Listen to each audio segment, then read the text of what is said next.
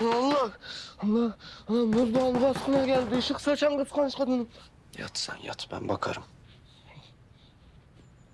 Ya evliliğimizin ilk günlerinde evde kalmamanın cezası çok büyük olacak toprağım.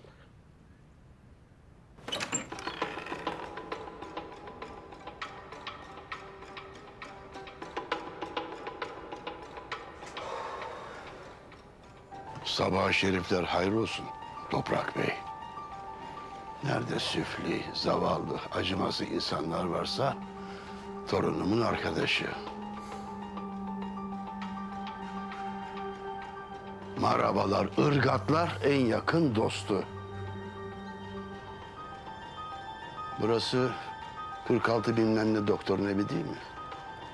Yakışıyor mu sana bu? Ha? Ne söyleyeceksen söyler misin dede? Çık dışarı. Doğru konuş arkadaşımla. Ay kusura bakma kardeşim. Bize müsaade eder misin?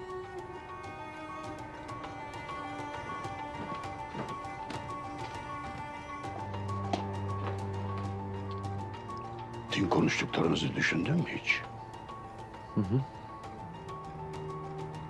Ben Gonca'dan uzak dururum. Ama sen de Gonca'dan uzak duracaksın. Gonca'nın ailesinden uzak duracaksın. Gonca'nın evinden uzak duracaksın. Gonca'nın arkadaşlarından uzak duracaksın. Yoksa Torunum beni tehdit mi ediyor? sen Baladız hikayesinin sonunu benden çok daha iyi biliyorsun dede. O kanla yoğrulan topraklarda bir süre sonra bir karar vermişler. Ağanın karşısına çıkmışlar ve haklarını aramak istemişler. Ağa da onlara mavzerini doğrultmuş. Sonra ne olmuş biliyor musun? Biliyorsun tabii. Ağanın silahı ateş almamış. Ağanın etrafını saran köylüler onun silahına taşlarla karşılık vermişler. Ağa da kaçmaya başlamış. Köylüler kovalamış. Sonunda yakalamışlar ağayı. Kendi konağının bahçesinde kıstırmışlar.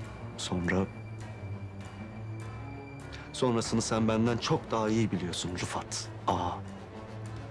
Gonca'dan uzak duracaksın. Yoksa bu kavilleşme ebediyen bozulur.